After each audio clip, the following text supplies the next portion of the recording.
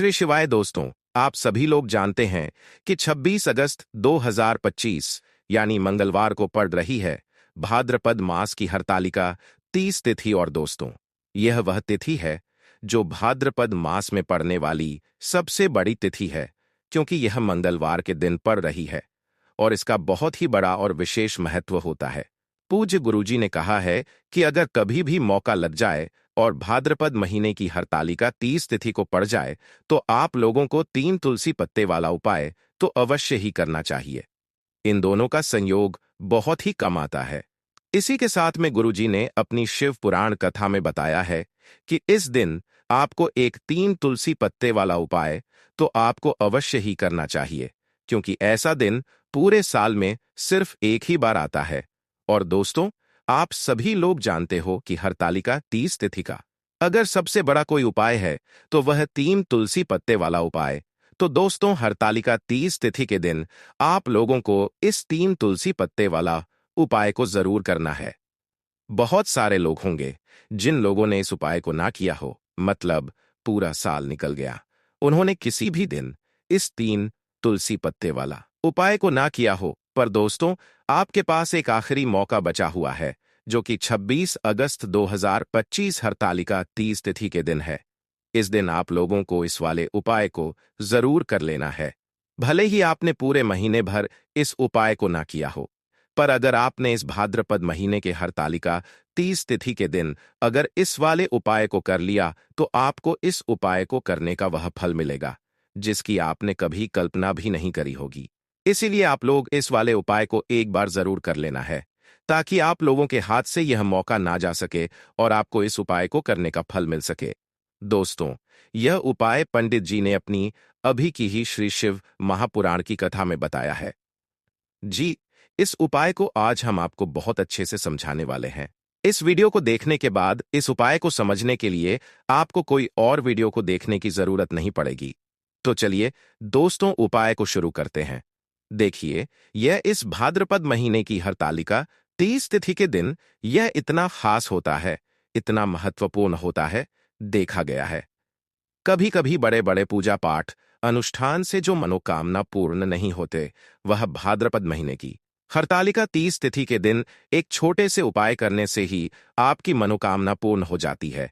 और बहुत सारे लोगों ने इस उपाय को किया भी है और उनको इस उपाय को करने का फल भी जरूर मिला है। अगर आप लोग भी इस उपाय को करना चाहते हैं तो आप इस उपाय को पहले अच्छे से समझ लेना, सुन लेना, उसके बाद करना। आपको इस उपाय का फल जरूर मिलेगा और इस उपाय को कर लेने से आपके घर में चाहे किसी भी प्रकार की दुख और समस्या क्यों न चल रही हो, आपको उसका कारण भी नहीं पता है कि भाई यह समस्या किस कारण से चल रही है, उसका कुछ भी कारण हो सकता है, जैसे पितृदोष हो सकता है या किसी भी तरह का मंगल दोष भी हो सकता है। तो इस दिन आप लोगों को यह वाला उपाय कर लेना है। यह एक ऐसा उपाय है, जी इस उपाय को अगर किसी विशेष दिन पर किया जाए तो भाई उस विशेष दिन का जो है वह तो हमें मिलता ही मिलता है, पर हमने उस दिन पर इस उपाय को किया है तो हमें उससे भी बड़ा फल मिलता है और फल बहुत जल्दी मिलता है, क्योंकि आप इस उपाय को बहुत ही बड़े और विशेष दिन पर कर रहे हो। तो चलिए अब उपाय के बारे में बात करते हैं, लेकिन उससे पहले आप लोगों को यह जानना आवश्यक है कि आखिर यह उपाय किस समय करना है, किसको करना है और कैसे करना है। तो चलिए हम आगे आपको वीडियो में एक एक करके बता देते हैं।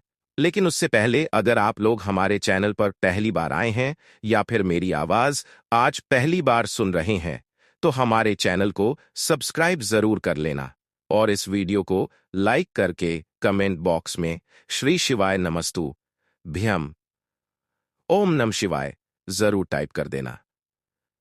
तो दोस्तों, इस 3 तुलसी पत्ते वाला उपाय को हमें इस हरतालिका 30 तिथि के दिन कैसे करना है, किसको करना है, किस समय करना है और कहां पर करना है, यह सारे सवालों के जवाब आपको इस वीडियो में मिल जाएंगे। और जो यह वीडियो देखेगा भाई, उसको 3 तुलसी पत्ते वाला उपाय जरूर करना चाहिए, क्योंकि इस दिन तुलसी पत्ते का भी बहुत ही बड़ा और विशेष महत्व होता है। आज आए 3 तुलसी पत्ते वाला उपाय की तो यह सोने पर सुहागा वाली बात हो जाती है और यह एक बहुत ही बड़ा उपाय हो जाता है इस हरतालिका 30 तिथि का। तो अब दोस्तों, इस 3 तुलसी पत्ते वाला उपाय को आखिर करना किसको है? सबसे पहले हम लोग वह बात जान लेते हैं। तो देखो, घर की जो बड़ी माताएं बहनें होती हैं, उन माताओं बहनों में से कोई भी एक बड़ी माता बहन इस वाले उपाय को कर सकती है। और दोस्तों, अगर आप चाहे तो अपने घर में से सभी सदस्यों को भी इस उपाय को करवा सकते हैं। अगर किसी व्यक्ति की खुद की कोई मनोकामना है, खुद की कोई दुख और परेशानी है जो कि वह अपने लिए ही करना चाहता है, इस वाले उपाय को तो वह खुद अपने लिए भी कर सकता है। बाकी अगर कोई घर में से ऐसा है जो कि अपने पूरे घर परिवार की सुख और शांति के लिए यह वाला उपाय करना चाहता है, तो भाई वह भी कर सकता है। उसमें भी कोई दिक्कत वाली बात नहीं है। कहने का मतलब यह है कि इस उपाय को हर एक सदस्य भी कर सकता है और पूरे घर परिवार के सदस्य के लिए घर की बड़ी माताओं बहनों में से कोई एक माता बहन भी कर सकती है। माताएं बहनें अगर घर में उपस्थित ना हो या वह यह वाला उपाय ना कर पा रही हो, तो फिर घर का कोई बड़ा सदस्य भी इस 3 तुलसी पत्ते वाला उपाय को कर सकता है। चाहे फिर वह पुरुष ही क्यों ना हो, उसमें कोई भी दिक्कत वाली बात नहीं है। उसके बाद में दोस्तों, जो अगला प्रश्न निकल कर आता है, वह यह आता है इस उपाय को लेकर कि आखिर इस उपाय को हमें किस समय करना है? सुबह के समय करना है कि शाम के समय करना है? तो देखो, इस वाले उपाय को आप लोग सुबह के समय भी कर सकते हो और शाम के समय प्रदोष काल में भी कर सकते हो। अब अगर आप पूछो कि भाई सबसे उत्तम समय कौन सा रहेगा इस 3 तुलसी पत्ते वाला उपाय को करने का, तो हम आपसे बस यही कहेंगे कि इस उपाय को आप सुबह के समय करेंगे तो ज्यादा बेहतर होगा। बाकी अगर प्रदोष काल शाम के समय भी करेंगे तो भी अच्छा होगा, उसमें कोई भी दिक्कत वाली बात नहीं है। तो अब दोस्तों, जो अगली सबसे बड़ी और महत्वपूर्ण बात आती है, वह यह आती है कि सुबह अगर हम उपाय को करेंगे तो हमें कितने बजे से लेकर कितने बजे तक के बीच में करना है, और शाम के समय प्रदोष काल में करेंगे तो हमें कितने बजे से लेकर कितने बजे के बीच में करना है। तो देखो, सुबह जितनी जल्दी हो सके आप उपाय को करने की कोशिश करना। बाकी अगर किसी कारणवश लेट भी हो जाओ, थोड़ी देर भी हो जाए, तो 10 या 11 बजे तक भी आप उपाय कर लेना, पर 12 बजे से ज्यादा देरी ना हो। ठीक है, इस बात का ध्यान रखना। उसके बाद में दोस्तों, अगर शाम के समय प्रदोष काल की बात करें, प्रदोष काल का जो समय है होता है वह शाम के 6 बजे से शुरू हो जाता है। मतलब शाम के 6 बजे से लेकर 7 बजे के बीच का जो समय होता है, यह समय प्रदोष काल का समय होता है। तो आप इस उपाय को 7 या 8 बजे के बीच में भी कर सकते हो। मतलब शाम के 6 बजे से रात 8 बजे के बीच में आप कभी भी इस वाले उपाय को कर सकते हो, उसमें कोई भी दिक्कत वाली बात नहीं है। तो देखो दोस्तों, सबसे पहला उपाय देखिए, आपको क्या करना है। तुलसी जी के 3 पत्ते लेना है। अब देखो, हरतालिका तीज तिथि का दिन है, तो घिरे हुए पत्ते आपको लेना है। ठीक है, आप 3 पत्ते तुलसी जी के लेंगे, या इन पत्ते तुलसी जी के आपके घर में मानपूर्ण का वास कराएंगे, आपके घर में खुशियां लेकर के आएंगे, आपके घर में धन संबंधित परेशानियों को दूर करेंगे। देखो, कैसे करना है समझना। आप जैसे ही आप क्या करेंगे, 3 पत्ते आपको लेना है, साथ ही साथ आपको लेना है हल्दी, पीसी हुई हल्दी ले सकते हैं, या हल्दी की जो गांठ आती है ना, तो वह हल्दी की गांठ लेना और उसको पीस करके उसका पाउडर बना देना, और उसके बाद उसका उपयोग आप कर सकते हैं। 3 तुलसी के पत्ते के साथ में लेना है 1 चुटकी हल्दी। ठीक है, अब आपको क्या करना है, सबसे पहले तुलसी जी के वहां पर आप जाएंगे हरतालिका तीज तिथि के दिन, सुबह से लेकर के शाम तक, रात्रि तक, जब आपकी इच्छा हो तब आप यह उपाय कर सकते हैं। आपको 3 तुलसी जी के पत्ते वहां पर तुलसी माता के सामने आपको रखना है। ठीक है, माटी के ऊपर भी रख सकते हैं, या कुछ कपड़ा, लाल कपड़ा बिछाना और उसके ऊपर 3 पत्ते रखना। ठीक है, गोल बांटी का दीपक आपको जलाना है। ठीक है, गोल बांटी का, अर्थात उसके अंदर घी होना चाहिए। ठीक है, यह जो दीपक होगा यह होगा भगवान विष्णु के निमित्त। अब आप यह दीपक आटे का भी ले सकते हो, माटी का भी ले सकते हो। ठीक है, अब आपको क्या करना है, वहां पर तुलसी माता के वहां पर एक दीपक आपने प्रचलित कर लिया। 3 तुलसी जी के पत्ते हैं। अब 1 चुटकी हल्दी जो है, हल्दी के अंदर थोड़ा सा जल मिलाना। ठीक है, और आप आपकी सीधे हाथ की चींटी उंगली के पास वाली उंगली अनामिका उंगली से आपको हल्दी की टिक्की तीनों तुलसी जी के पत्ते पर लगानी है। जब आप पत्तियों पर टिक्की लगाएंगे तो ओम नमो भगवते वासुदेवाय का जाप करना 11 बार, फिर एक तुलसी के पत्ते के ऊपर हल्दी की टक्की लगाना आ गई आपको बात समझ में। फिर वापस से 11 बार जाप करना, फिर एक और टक्की लगाना, फिर वापस से 11 बार जाप करना, फिर वापस से टीके लगाना। देखो, भगवान विष्णु को हल्दी बहुत प्रिय है। भगवान विष्णु को तुलसी दल बहुत प्रिय है। अगर आप हरतालिका 30 तिथि के दिन इस प्रकार से उपाय करते हैं, भाग्य का सा आपको मिलता है। कई लोग होते हैं ना, जो बहुत मेहनत करते हैं लेकिन उनको पर्याप्त फल नहीं मिल पाता। तो उन लोगों के लिए विशेष करियो, जिन लोगों को सक्सेस नहीं मिलती है, तो उन लोगों को यह उपाय करना चाहिए। करना क्या है? स्त्री पुरुष दोनों में से जो घर के हैं, जो घर में करना चाहते हैं, वह सब कर सकते हैं। देखो करना क्या है। तीनों पत्ते में से तीनों पत्ते आपको उठाना है और माँ तुलसी से प्रार्थना करना है कि जीवन के सारे अंधकार माता आपको दूर दर करना है। ऐसी प्रार्थना करते हुए सबसे पहला जो तुलसी जी का पत्ता है, वह आपके घर में लेकर के जाना, जहां पर भगवान विष्णु की फोटो हो या भगवान विष्णु के कोई भी अवतार हो। उनके सामने आपको यह पहला तुलसी दल का पत्ता आपको अर्पित करना है। हरतालिका 30 के दिन तुलसी जी का पत्ता, तुलसी दल जो अगर आप अर्पित करते हैं, हल्दी लगा हुआ, तो भगवान विष्णु बहुत प्रसन्न होते हैं। जब आप रखोगे, जब आपकी जो भी इच्छा हो, उस समय जो भी आप सोच रहे हैं कि आपको यह कामना आपकी जो है, जो कई दिनों से परिपूर्ण नहीं हो रही है, वह आपको बोलना है और यह तुलसी जी का पत्ता आपको भगवान विष्णु के चरणों में अर्पित कर देना है। पहली बात आ गई समझ में। पहला जो पता है भगवान विष्णु को अर्पित कर दिया। दूसरा जो पता है वह आपको ले जाना है आपके घर में जहां कहीं भी आप धन रखते हैं, ना वहां पर, और यह दूसरा पत्ता आपको वहां धन रखने वाले स्थान पर आपको रख देना है। जब आप धन रखने वाले स्थान पर रखोगे तो ओम महालक्ष्मी नमः का जाप कर सकते हैं, भगवान विष्णु के मंत्रों का जाप कर सकते हैं। कुछ भी आप मंत्रों का जाप करें, आप मंत्रों का जाप करें और उसके बाद यह तुलसी जी का पत्ता आप रख दें। देखो, तुलसी जी का पत्ता आप लाल कपड़े में भी रख सकते हैं या इसे खुला भी रख सकते हैं। बस थोड़ा सा ध्यान रखना, उनको हानि नहीं होना चाहिए। ठीक है।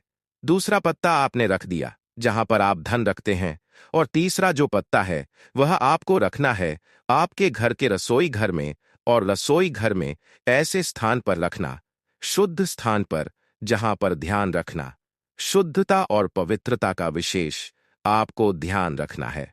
ऐसी जगह पर मत रख देना जहां पर शुद्धता पवित्रता नहीं हो। ठीक है।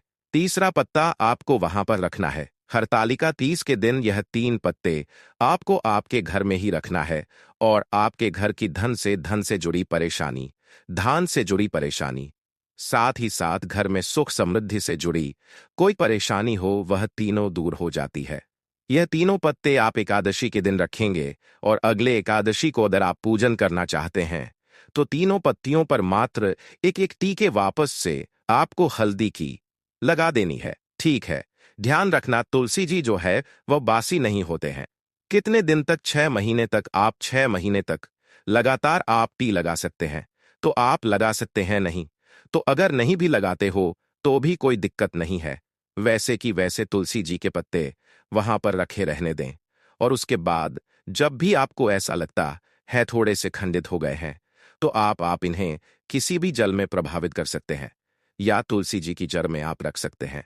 तो यह हो गया पहला उपाय, जो कि सबसे ज्यादा विशेष है, जो कि केवल और केवल हरतालिका 30 के दिन किया जाता है।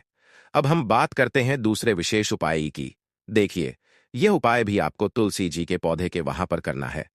आपके भाग्य का उदय करने के लिए आपके घर में धन संबंधित परेशानियां हैं, कर्ज की समस्या अगर दिन पर दिन बढ़ती जा रही है, खत्म नहीं हो रही है, बहुत ज्यादा परेशानियां हैं, तो आपको यह उपाय करना चाहिए। देखो करना क्या है, बहुत ध्यान से समझना। आपको मात्र तांबे के पात्र के अंदर जल लेना है। उस जल के अंदर एक चुटकी आपको हल्दी मिला देनी है। ठीक है। और साथ में लेना है एक कमल गट्टा, या केवल उपाय मंगलवार सप्तमी तिथि के दिन करना। अगर आपको ऐसा लगता है कि आपके जीवन में अष्टलक्ष्मी हो का वास नहीं है, भाग्य का साथ आपको नहीं मिल पा रहा है, तो आप यह उपाय हरतालिका 30 के दिन आप यह उपाय कर सकते हैं। देखो करना क्या है, इस टाइम के पात्र के अंदर हल्दी डाली और एक कमल घट्टा डाला। अब आपको तुलसी जी के वहां पर जाना है। देखिए, जब आप हल्दी डालोगे जल के पात्र के अंदर, तब आपको ओम नमो भगवती वासुदेवाय का 11 बार जाप करना है, फिर हल्दी डालना है। जब आप कमल गट्टा डालोगे, तब आपको ओम श्री नम या ओम महालक्ष्मी नम इस मंत्र का जाप करते हुए एक कमल गट्टा डालना है, 11 बार जाप करना है। ठीक है, कमल गट्टा और हल्दी दोनों होना चाहिए।